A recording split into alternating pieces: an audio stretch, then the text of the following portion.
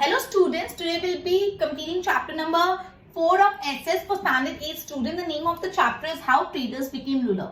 Okay, earlier session में अपन ने वेलेसिली की सब्सिडियरी अलायंस सिस्टम के बारे में पढ़ा था। सब्सिडियरी अलायंस सिस्टम के प्रोविजन एक बार याद दिला देती हूँ। सब्सिडियरी अलायंस सिस्टम में ऐसा था, जो भी princely state subsidiary alliance system accept कर रहे उन स्टेट को ब्रिटिश की आर्मी मिलेगी। अब ब्रिटिशर्स की आर्मी मिलेगी, लेकिन ब्रिटिशर की आर्मी को मेंटेन भी किसको करने का, उस स्टेट को ही करना पड़ेगा, ठीक है। और दूसरी बात, उस स्टेट के कोर्ट में हमेशा एक ब्रिटिश रिप्रेजेंटेटिव रहेगा एंड जो वो स्टेट है वो आर्मी को ब्रिटिशर्स की परमिशन के बिना यूज भी नहीं कर सकता। तो ये पॉलिसी थी सब्सिडियरी अलायंस सिस्टम। ओके, अब अपन पढ़ने वाले डलहौसी पॉलिसी ऑफ एक्सपेंशन। तो जो वेलेस्ली का पॉलिसी था उसका मकसद क्या था? To enslave the native kingdom. वो चाहते थे कि जो नेटिव किंगडम है, जो प्रिंसली स्टेट है, उनको अपना नौकर बनाने, उनको एनस्लेव कर दे, ठीक है, without using much of the British resource. पूरा ब्रिटिशर्स के रिसोर्सेज भी नहीं जाए, ब्रिटिशर्स का पैसा भी खर्च नहीं हो, और जो भी नेटिव किंगडम से उनको अपना स्लेव बना दे। ये वेलेस्ली के मोटिव था, वेलेस्ली की पॉलिसी का एम यही था। अब एक्चुअली यही हुआ ना, उन्होंने जो नेटिव किंगडम से उनको एनस्लेव कर लिया, क्योंकि उनको अपने ब्रिटिश रिसोर्सेज भी नहीं यूज की। क्यों? क्योंकि एक तो उन्होंने अपनी आर्मी उनको दे दी, और उनकी आर्मी दे के बोला आपको इसको मेंटेन करना है, तो उनका तो खर्चा लगा ही नहीं ब्रिटिशर्स का, और साथ में वो आर्मी को तभी यूज कर पाएंगे जब ब्रिटिशर्स परमिशन देंगे, तब तो वो एनस्लेव भी हो गए। तो ये जो वेलेस्ली की पॉलिसी, उसका मतलब यही था कि भाई जो नेटिव किंगडम है उनको एनस्लेव कर दो, उनको नौकर बना दो, and without using much of British resource, और ऐसा प्लानिंग करो कि ब्रिटिश रिसोर्स यूज भी नहीं हो, ठीक है। अब जिस स्टेट ने सब्सिडियरी अलायंस सिस्टम एक्सेप्ट किया, आपको याद है कौन कौन से स्टेट ने किया था? सबसे पहले था निजाम ऑफ हैदराबाद, फिर मैसूर था, फिर मराठास थे, ये अलग अलग स्टेट थे। तो जो भी स्टेट ने सब्सिडियरी अलायंस सिस्टम एक्सेप्ट किया, consider Britishers as their friend. उनको लगता था कि ब्रिटिशर्स उनके फ्रेंड्स है, कि उन्होंने अपनी आर्मी उनको दे दी और प्रोटेक्शन दे रहे। अपनी आर्मी देना मतलब क्या होता है? वो पूरे के पूरे स्टेट को प्रोटेक्शन मिल जाएगा, कि कोई भी एक्सटर्नल अटैक भी नहीं होगा, इंटरनल अटैक नहीं होगा, बिकॉज ब्रिटिशर्स की इतनी स्ट्रॉन्ग आर्मी अगर अपने स्टेट में है तो कोई अटैक करने से भी डरेगा, तो वो लोग सेफ बैठे। तो उन्होंने ब्रिटिशर्स को अपना दोस्त माना था, consider Britishers as their friend. But eventually धीरे धीरे ना उनको कोई इंटरनल और एक्सटर्नल अटैक का थ्रेट ही नहीं था। उनको डर ही नहीं था कि कोई बाहर से अटैक कर लेगा, बिकॉज हमारे पास इतनी स्ट्रॉन्ग आर्मी है, तो किसकी हिम्मत हमारे यहाँ पे अटैक करने की। तो धीरे धीरे ये वजह से वो एकदम इररिस्पॉन्सिबल हो गए। जब राजा को पता है कि कोई भी दूसरा राज्य हम पे अटैक कर लेगा, तो वो सतर्क रहते हैं, अटेंटिव रहते हैं, एकदम रिस्पॉन्सिबल रहते हैं। लेकिन पता है हमारे पास मस्त आर्मी है, क्या कर पाएगा कोई भी, हम तो बहुत स्ट्रॉन्ग है, हमारे पास ब्रिटिशर्स की आर्मी है, we have an upper edge. तो वो लोग इररिस्पॉन्सिबल हो गए, उनको कोई डर ही नहीं रहा। उनकी रिस्पॉन्सिबिलिटी स्टेट की देखभाल करने की, प्रजा की रक्षा करने की, वो भूल गए। वो कैसे हो गए? इररिस्पॉन्सिबल। और उनका एडमिनिस्ट्रेशन डिटोरिएट होने लगा। डिटोरिएट मतलब धीरे धीरे खराब होने लगा, ठीक है। अब ये जो पूरी कॉन्स्पिरेसी करी थी ना ब्रिटिशर्स ने, उसका आउटपुट क्या है? कॉन्स्पिरेसी मतलब जो साजिश रची थी, जो भी ब्रिटिशर्स ने साजिश रची थी, जो कॉन्स्पिरेसी करी थी, उसका रिजल्ट आया कि प्रिंसली स्टेट्स में एनार्ची होगी। एनार्ची मतलब पूरा मिसमैनेजमेंट, कोई रूलर ही नहीं रहा, मतलब कोई रूलर ही नहीं रहा जो अच्छे से रूल कर पाए। अब यही तो चाहते थे ब्रिटिशर्स की यही कॉन्स्पिरेसी थी कि एनार्ची कर देना। अब एनार्ची, तो ब्रिटिशर्स को एक एक्सक्यूज मिल गया कि अब हम उनके to start interfering in the internal matter. अब ब्रिटिशर्स उन स्टेट के इंटरनल मैटर्स में भी इंटरफेयर करने लगे ऑन द एक्सक्यूज कि यहाँ पे तो कोई रूलर है ही नहीं रूल करने वाला, और बोला आप ये एनार्ची को खत्म करने के लिए हमको ये स्टेट को अपने अंडर एक्वायर करना पड़ेगा, और हम ये स्टेट की देखभाल करेंगे। मतलब उन्होंने बताया ऐसे कि भाई वो स्टेट के भलाई के लिए हम कर रहे हैं ना, बट एक्चुअली वो स्टेट का नुकसान भी उन्होंने ही किया था, ठीक है। तो एनार्ची हटाने के लिए उन लोगों ने इंटरफेरेंस करना चालू किया, और इस तरह से उन्होंने काफी स्टेट को अपने अंदर एनेक्स कर लिया, ठीक है। फिर उन्होंने ये भी पॉलिसी लगाई कि if any king died without son, then उनका भी स्टेट एनेक्स होगा। इसको बोलते हैं डॉक्ट्राइन ऑफ लैप्स। आपकी टेक्स्ट बुक में नहीं दिया हुआ, लेकिन इसको बोलते हैं डॉक्ट्राइन ऑफ लैप्स। अगर कोई भी किंग मर गया और उसका कोई लड़का नहीं है, कोई सन नहीं है, तो पूरा का पूरा स्टेट जो है वो ब्रिटिशर्स के पास चले जाएगा। ये बहुत अनजस्ट सिस्टम है, मतलब कोई और राजा नहीं बन सकता अगर उसका लड़का नहीं है। मतलब डॉक्ट्राइन ऑफ लैप्स मतलब पूरा का पूरा जो स्टेट है वो ब्रिटिशर्स के पास चले जाएगा। इस कॉन्टेक्स्ट में कौन कौन से लोगों को सफर करना पड़ा, कौन कौन से स्टेट से? झांसी, सतारा, नागपुर, उधर ऐसा ही हुआ। झांसी की रानी आपने सुना होगा, उनके सन नहीं थे, इस वजह से जब राजा की डेथ हुई तो पूरा उनकी लड़ाई वड़ाई हुई थी, वो अपन ने पढ़ा था, ठीक है। ओके, तो वापस मैं समझा रही हूँ, बोला जो वेलेस्ली थे उनका पॉलिसी का एम यही था कि जो भी नेटिव किंगडम है, सॉरी, उनकी पॉलिसी का ये था कि जो भी नेटिव किंगडम है उनको एनस्लेव करें और ब्रिटिशर्स के रिसोर्सेज भी नहीं यूज किए, मतलब उनको नौकर भी बना ले और ब्रिटिशर का पैसा भी वैसा का वैसा रहे, ठीक है। तो जिस भी स्टेट ने सब्सिडियरी अलायंस सिस्टम एक्सेप्ट किया, उनको क्या लगता था ब्रिटिशर्स उनके दोस्त थे कि उन्होंने इतनी अच्छी आर्मी दी है और वो एकदम सेफ है, कोई उनको अटैक भी नहीं कर पाएगा। तो उनको कोई थ्रेट ही नहीं था कि उनपे कोई इंटरनल या एक्सटर्नल अटैक करेगा। इस वजह से वो एकदम इररिस्पॉन्सिबल हो गए। इररिस्पॉन्सिबल होने के कारण उनका पूरा एडमिनिस्ट्रेशन बिगड़ गया, डिटोरिएट हो गया। और ये पूरी साजिश का रिजल्ट क्या है, पूरी कॉन्स्पिरेसी का रिजल्ट क्या है, काफी प्रिंसली स्टेट में एनार्ची आ गई, मतलब कोई रूलर ही नहीं है, कोई रूलर ही नहीं। और इसी चीज का फायदा उठा के, यही एक्सक्यूज देके कि यहाँ पे तो कोई रूलर ही नहीं है, ब्रिटिशर्स ने उन स्टेट के इंटरनल मैटर्स में इंटरफेयर करना चालू करा और वो स्टेट को एनेक्स कर लिया इसी एक्सक्यूज पे कि वहां पे एनार्ची है, बट एक्चुअली एनार्ची कराई भी उन्होंने ही। क्लियर।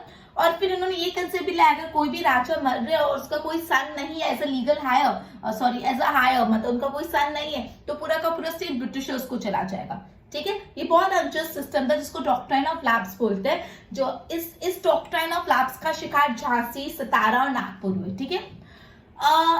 जो डलहौसी थे, गवर्नर जनरल डलहौसी, उनका एम था to help British trader to make huge profit from trade of tea, coffee and cotton. Dalhousie का एम ये था कि वो ब्रिटिश ट्रेडर को मदद करे जिससे वो ज्यादा से ज्यादा प्रॉफिट कमा पाए टी, कॉफी और कॉटन बेच के। इस वजह से उन्होंने ऐसे एरिया को कैप्चर कर लिया जहाँ पे टी, कॉफी और कॉटन बहुत लार्ज स्केल पे ग्रो होती है। समझा? जो डलहौसी थे उनका मोटिव, उनका इरादा क्या था कि जो ब्रिटिश ट्रेडर है उनको ज्यादा से ज्यादा ह्यूज, मतलब ज्यादा से ज्यादा प्रॉफिट हो from trade of tea, coffee and cotton. T, coffee और कॉटन का ट्रेडिंग करके उनको ज्यादा से ज्यादा प्रॉफिट हो, ये उनका मोटिव था। तो उन्होंने वो एरिया जहाँ पे टी, कॉफी और कॉटन ज्यादा से ज्यादा ग्रो होता है उसको कैप्चर कर लिया, ठीक है। तो बेसिकली डलहौसी के रीजन के टाइम, डलहौसी के रूल के टाइम काफी चेंजेस भी आए इंडिया में, रिफॉर्म्स आए। जैसे 1853 में सबसे फर्स्ट रेलवे लाइन इंट्रोड्यूस हुई थी बिटवीन मुंबई टू थाने। मुंबई से थाने तक की पहली रेलवे लाइन इंट्रोड्यूस हुई थी डलहौसी के टेन्योर में इन द ईयर 1853 सी, ठीक है। जो मॉडर्न पोस्टल सिस्टम है और जो वायरलेस सिस्टम है बिटवीन इंडिया एंड इंग्लैंड भी तभी चालू हुआ। जो मॉडर्न पोस्टल सिस्टम और जो वायरलेस सिस्टम, वायर के बिना बात करना, मोबाइल फोन या ऐसे जिसमें वायर का उपयोग नहीं होता, बिटवीन इंडिया एंड इंग्लैंड भी चालू हुआ ड्यूरिंग डलहौसी। तब चाइल्ड मैरिजेस पे बैन आया कि बाल विवाह नहीं करवाना, बच्चों की शादी नहीं करानी, बाल विवाह, चाइल्ड मैरिजेस पे बैन आया। And they also advocated window remarriage की, मतलब अगर किसी के हस्बैंड की डेथ हो जाती तो वो विडो हो जाती, जिसको हम विधवा बोलते हैं, एंड उनकी रीमैरी कराना, उनको फिर से शादी कराना। विडो रीमैरिज को एडवोकेट किया मतलब प्रमोट किया, बोला ऐसा करना चाहिए, और चाइल्ड मैरिजेस को नहीं करना चाहिए, बैन किया। उस टाइम पे इंग्लिश एजुकेशन भी बहुत स्प्रेड होने लगा। उस टाइम पे 3 यूनिवर्सिटीज बनी थी, मुंबई, चेन्नई एंड कोलकाता में इन द ईयर 1857। मुंबई, चेन्नई, कोलकाता में 3 यूनिवर्सिटी बनी थी इन द ईयर 1857, ठीक है। और क्या क्या रिफॉर्म है पढ़ते पहले अपन पढ़ लेते। डलहौसी पॉलिसी ऑफ एक्सपेंशन में अपन ने ये पढ़ा कि जो वेलेस्ली की पॉलिसी क्या थी, नेटिव किंगडम को एनस्लेव कर दो, ब्रिटिश रिसोर्सेज यूज भी नहीं हो। जिस भी स्टेट ने सब्सिडियरी अलायंस सिस्टम एक्सेप्ट किया उनको लगा कि ब्रिटिशर्स तो अपने दोस्त हैं, लेकिन एक्चुअली उनको फिर ऐसा था, हमको तो कोई थ्रेट ही नहीं, ना इंटरनल थ्रेट ना एक्सटर्नल थ्रेट, हम शांति से बैठे। इसलिए वो कैसे हो गए, एकदम रूलर्स जो थे एकदम इररिस्पॉन्सिबल हो गए और पूरा का पूरा उनका एडमिनिस्ट्रेशन डिटोरिएट हो गया। तो इस वजह से काफी प्रिंसली स्टेट में एनार्ची आ गई। एनार्ची मतलब कोई रूलर ही नहीं होना, और इस चीज का फायदा उठा के ब्रिटिशर्स ने वो स्टेट को अपने अंदर एनेक्स कर लिया। फिर डॉक्ट्राइन ऑफ लैप्स अपन ने पढ़ा, अगर कोई किंग डाई हो रहा है, उसका कोई भी सन हायर नहीं है, तो पूरा का पूरा स्टेट ब्रिटिशर्स के पास चले जाएगा, ठीक है। फिर अपन ने पढ़ा डलहौसी का एम क्या था। डलहौसी का एम था कि जो भी ब्रिटिश ट्रेडर है उनको ज्यादा से ज्यादा profit by sale of cotton, tea and coffee, ठीक है। और उन्होंने कैसे किया, बाय कैप्चरिंग, वो एरिया को कैप्चर किया जहाँ पे कॉटन, टी और कॉफी बहुत लार्ज स्केल पे ग्रो होता है, ठीक है। अब डलहौसी की टेन्योर में बहुत सारे चेंजेस आए। सबसे पहले जो रेलवे लाइन चालू हुई between Mumbai to Thane in the year 1853। अब ये सारे नंबर्स आपको याद रखने, डेट्स आपको याद रखने, in the year 1853 Mumbai to Thane. उसके बाद पोस्टल सिस्टम, वायरलेस सिस्टम चालू हुआ। चाइल्ड मैरिजेस पे बैन लगा, विडो रीमैरिज एडवोकेट हुई। चाइल्ड मैरिज नहीं होनी चाहिए, विडो रीमैरिज होनी चाहिए। फिर जो इंग्लिश एजुकेशन है वो भी डलहौसी के टेन्योर में, या 3 यूनिवर्सिटीज इंडिया में बनी, मुंबई, चेन्नई और कलकत्ता में इन द ईयर 1857। क्लियर? एक बार इतना बोर्ड से गो थ्रू कराती हूँ, ध्यान दो, फिर अपन आगे डिटेल में और पढ़ते, right? Okay, Dalhousie policy of expansion. Now, aim of Wellesley policy was to enslave the native without using much of British resource.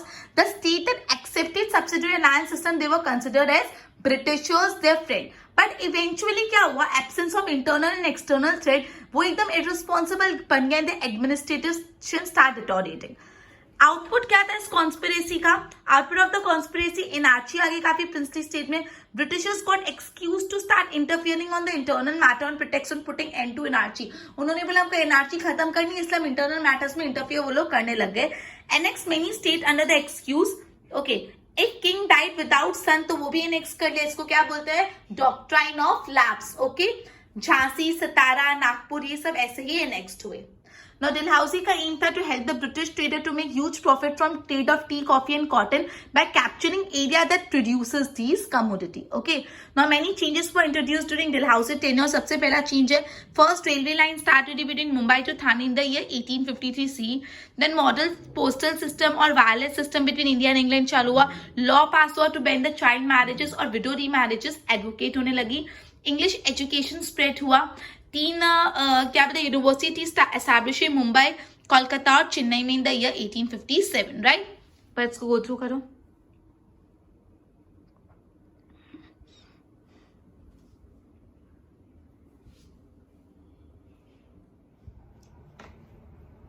ये जो रिफॉर्म्स लाए गए थे for the expansion of British rule and ease of the administration, जो basically ये जो reforms के बारे में हम पढ़े, जो डलहौजी रिफॉर्म्स लाए थे, अपन ने बताया था कि मुंबई टू थाने में सबसे पहले रेलवे लाइन स्टार्ट हुई थी 1853 में, फिर यूनिवर्सिटीज एस्टैब्लिश हुई थी। तो ये जो भी रिफॉर्म्स आए गए थे ना, वो ब्रिटिश रूल के एक्सपांशन के लिए लाए गए थे and for the ease of administration, और इसलिए लाए गए थे कि ब्रिटिशर्स इजिली एडमिनिस्ट्रेशन कर पाए, ठीक है। ऑल्दो इंडिया को इन सारे रिफॉर्म्स का बेनिफिट बाद में हुआ, बट इनिशियली इंडियन पीपल को बहुत सफर करना पड़ा था because of this British reform. बोला कि ऑल्दो ये जो रिफॉर्म्स है उसको इंडिया को बेनिफिट हुआ, बट ये जो बेनिफिट था बहुत बाद में हुआ था, लेटर ऑन हुआ था, and but they had to suffer a lot because of introduction. लेकिन इंडियन को बहुत सफर करना पड़ा था इंट्रोडक्शन ऑफ रिफॉर्म्स के कारण। अब हम लास्ट पॉइंट पे आ रहे हैं, डिससैटिस्फैक्शन अमंग पीपल।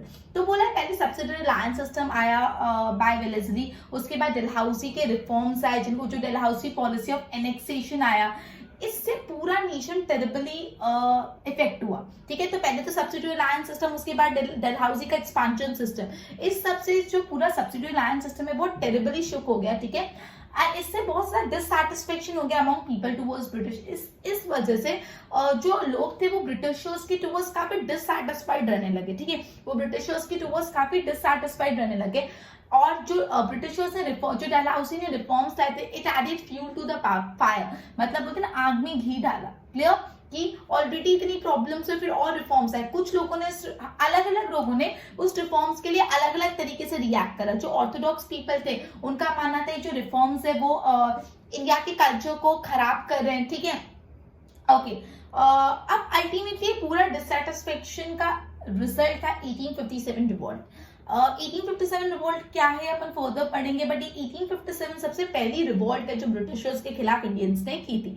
ये बहुत ही लंबा टॉपिक है, अभी आपको है नहीं, तो जब आएगा तब अपन पढ़ेंगे, ठीक है। तो वापस हम चाह रहे हैं, जो डलहौजी के रिफॉर्म्स अपन ने पढ़े, वो रिफॉर्म्स का रीजन ये था कि वो ब्रिटिश रूल एक्सपांड करे और वो अपना एडमिनिस्ट्रेशन अच्छे से कर पाए। उन्होंने इंग्लिश एजुकेशन क्यों इंट्रोड्यूस किया, उन्होंने इंग्लिश एजुकेशन इंट्रोड्यूस किया क्योंकि जो इंडियन पीपल थे उनको इंग्लिश नहीं आती थी, तो वो उनको अपने क्लर्क की तरह रख नहीं पाते थे। तो अगर इंडियन पीपल इंग्लिश सीखेंगे तो उनको एटलीस्ट काम तो कर पाएंगे ब्रिटिशर्स का, ये भी उनका मोटिव था। उन्होंने रेलवे क्यों चालू किया, जिससे वो इजीली गुड्स की इधर उधर कर पाए इंडिया और इंग्लैंड के बीच में, क्लियर। तो जो भी रिफॉर्म लाया था वो खुद के फायदे के लिए लाया था, no doubt ultimately later on Indians को इससे फायदा हुआ, बट इनिशियली बहुत ज्यादा पीपल ऑफ इंडिया को सफर करना पड़ा था because of all this reform. Not dissatisfaction among people वाला टॉपिक, सब्सिडरी लैंड सिस्टम के बाद Dalhousie policy of annexation act, जिससे पूरा नेशन बहुत टेरिबली शुक हो गया, ठीक है। इससे बहुत ज्यादा डिससैटिस्फैक्शन आ गया अमंग पीपल टुवर्ड्स ब्रिटिशर्स की तरफ बहुत डिससैटिस्फाइड हो गए। डलहौजी के रिफॉर्म से added fuel to the fire. अलग अलग लोगों ने अलग अलग तरीके से इस पे रिएक्ट किया। ऑर्थोडॉक्स लोगों ने बोला कि ब्रिटिशर्स को उनका कल्चर स्पॉइल करना था, ठीक है, ओके। और अलग अलग लोगों ने, कुछ लोगों को अच्छा लगा, कुछ लोगों को बुरा लगा, there were many different mixed opinion about this same, और अल्टीमेटली पूरा डिससैटिस्फैक्शन का रिजल्ट था 1857 रिवॉल्ट। 1857 जो रिवॉल्ट थी वो सबसे पहली रिवॉल्ट थी जो इंडिया ने ब्रिटिशर्स के खिलाफ की थी, क्लियर। वह बोर्ड पे ध्यान दो। These reforms were for the expansion of British rule and ease of administration. All India benefited later, but they had to suffer a lot with the introduction of British reform. Now, dissatisfaction among people after subsidiary alliance system, Dalhousie policy of annexation shook the whole nation terribly. It resulted in dissatisfaction among the people towards Britishers. Now, reforms of Dalhousie, they added fuel to the fire. Different people, they reacted differently. Orthodox people felt कि Britishers को they wanted to spoil their culture, and इन सबका dissatisfaction का freedom revolt थी जो हुई थी 1857 में, right? एक बार go through करो. ओके तो ये था how rulers became traders, how traders became ruler. ये चैप्टर अपना पूरा कंप्लीट हो गया, वो आपको क्लियरली समझ आ गया हो. ओके वीडियो को बार बार देखो for better understanding. Okay good bye.